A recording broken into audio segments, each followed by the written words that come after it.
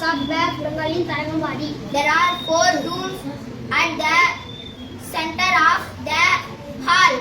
The entire weight of the dooms rests on the center pillar of the hall. Thirumalai Nayakar Palace. This palace is most famous palaces in South India.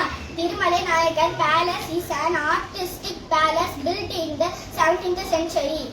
The major attraction of this palace is the courtyard and the dancing hall. It is an important tourist place located in Madurai city.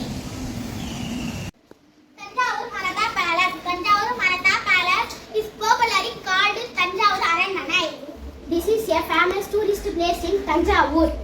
It has three separate venues: the palace, the art gallery, and the Saraswati Mahal library. The Saraswati Mahal library has manuscripts in various languages. Padmanabhapuram Palace. It is a beautiful historical monument. It is a wooden palace. It is also known as Kalparam Palace. There are